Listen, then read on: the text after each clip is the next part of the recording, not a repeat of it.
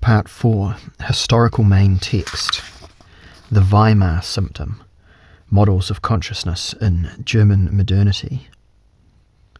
Quoting Ernst Junger from Grausame Bücher in Das Abenteuerliche Herz. On the whole, reading of the thing induces fear, and that not so much because of the horrors, but rather because of the complete security with which the secret contract that exists between people is broken. The impression is roughly as if someone in the room would raise their voice and say, "Since we are now as animals together among ourselves." Cynicism, as has been shown, forms a basic figure of the revolution of values in the historical process of combatant consciousness. In it, the ideologies awaken to themselves. Ostentatiously, they scintillate in malevolent ineluctability. In the course of history, periods that are especially prone to cynicism emerge, and, Marxistically, periods of declining class domination, epochs of an ideology that has become reflexive, in which the norms and dogmas of culture, buffered by self-irony, begin to play with their inner contradictions. In human history to date, the becoming reflective of false and malevolent states of consciousness was always a culturally pathological symptom, an expression of the fact that the ruling strata had entered into a morbid stage tending to decadence and indiscriminate disinhibition. In this point, Oswald Spengler, no matter what one thinks of him, has made statements of perplexing physiognomic precision. It is a matter of late periods when original forces, value-stable naivety, and more primitive tensions of will in a culturally dominating stratum have been consumed by strategic learning processes. Cynically disposed, therefore, are the times of hollow gestures and artfully prearranged phraseology where, under a very official word, private reservations, opposed worlds and ironies are hidden, and where, under public announcements, mute sub-monologues flow, about which only the initiated, the co-corrupted, co-decadent, co-ironist knows something. The smile of the augurs is also the smile of the declining ruling classes. My essay on the Weimar Republic consciously avoids the pathographic vocabulary of cultural critique, just as much as the hypocritical soundness of those all-too self-certain philosophies of history that straightaway talk of decadence and putrefaction as soon as the individuals in a culture become more reflective, sensitive, fractured, and conscious of problems. The phenomenon of reflective ideology is not quite identical with degeneration. When naivety declines and soberness ascends, that does not mean the decline of the West. In any case, moralism and swamp metaphors do not suffice. Even Ernst Bloch, who has also written more subtle things on this problem in general, and on the quote-unquote Weimar symptom in particular, in Inheritance of These Times, sometimes speaks from this somewhat too certain, too quote-unquote healthy perspective. Quoting Das Prinzip Hoffnung, Volume 1, page 169, putrefying ideology in the declining times of a class society.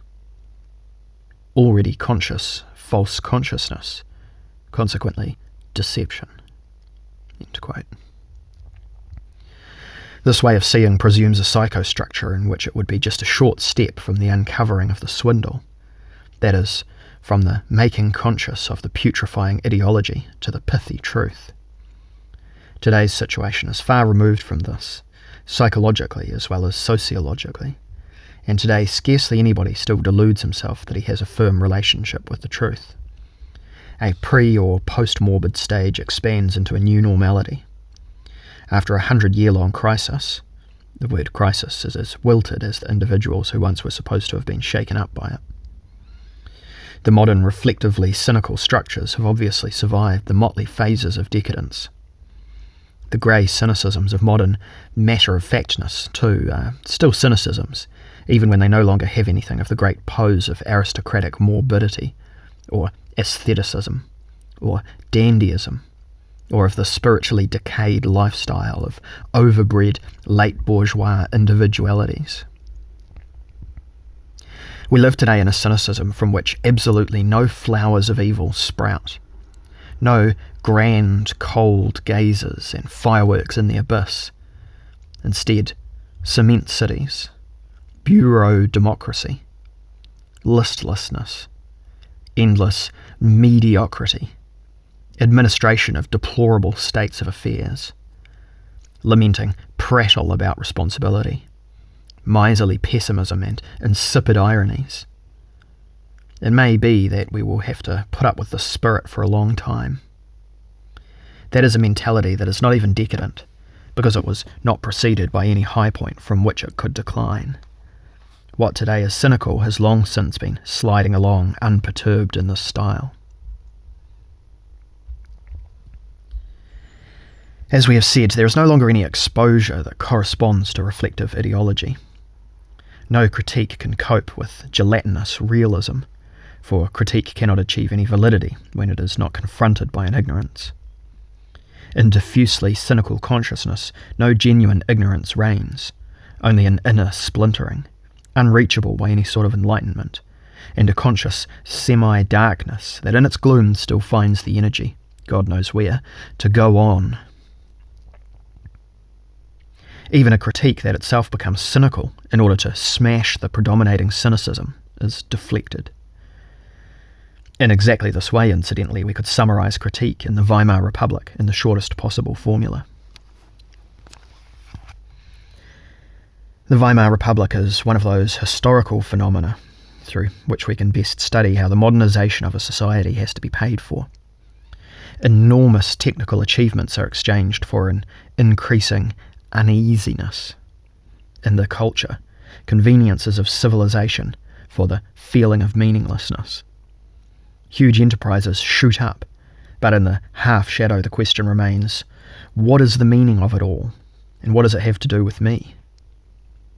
In the intelligentsia, which consciously went through and participated in the process, there is no longer anywhere a false consciousness, in the simple sense, but rather dissolute consciousness on all sides, because nothing is sacred to this consciousness anymore. It becomes greedy. The world of instruments lies at the feet of this amorphous and imprecise greed, but it finds no real enjoyment in them. In the Weimar culture, as I hinted in Chapter 1, cynicism finds a more salient language than today. Then cynicism was acidic and productive, whereas today it expresses itself only in the no thanks style, sullenly or bureaucratically. For the leaders of Weimar culture, in spite of everything that happened, reveal an intimate proximity to the heights of values and the ideas of the metaphysical traditions, whose collapse is now writ large in thousands of bold and fresh, aggressive disillusionments and dismantlings. Cynical and cynical elements are to be found in almost all the progressive aesthetics of the time, not to mention the petty bourgeois phenomena of disinhibition on the martial political level, fascism. Among the productive spirits of the time, there are not a few who take it on themselves to articulate their disappointments, their derision, and their new grand coldness in aggressive art forms. They create an expressive language in which negativity and modernity, unhappiness and conscious contemporaneity become almost identical. From this circle come grand poses, individuals holding firm in a glaring, unholy reality. Here, the First World War can still be seen as an event in the history of metaphysics, in a certain way as the militaristic commentary on Nietzsche's God is dead. The ego after the war is an inheritance without testament, and is almost inevitably doomed to cynicism. Once again it throws itself into grand expressive postures, aesthetic autonomy in dismemberment, destruction of oneself in the general destruction, a superior mean, even when being torn apart, cold affirmation of relations that deny our dream of life, the coldness of the world outdone by the coldness of art. Weimar art cynics train themselves to play masters of the situation, while the situation is one in which things have gotten out of control and sovereignty is no longer possible. They practice elevating themselves above the absurd, the inconceivable, and above what has long since been seen through. They impudently place their poses against the equally overwhelming and mediocre destiny of the period, cynically allowing themselves to be swept along. Hey, we're alive. The modernization of unhappy consciousness.